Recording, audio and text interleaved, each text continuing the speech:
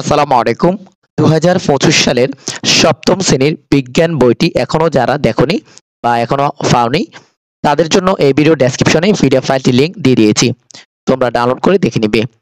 এটি হচ্ছে সর্বশেষ পরিমার্জিত সংস্করণ অক্টোবর ২০২৪ তারিখের, অর্থাৎ এটা তোমাদের ২০২৫ সালের একেবারে নতুন বই, সপ্তম শ্রেণীর বিজ্ঞান বিষয়।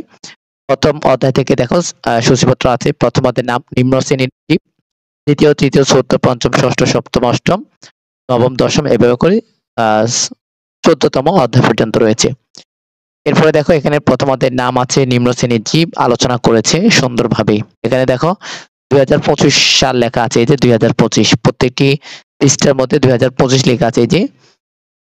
তো বন্ধুরা, তোমাদের সুবিধার্থে ভিডিও ডেসক্রিপশনে পিডিএফ ফাইলটি লিংক দিয়ে দিয়েছি।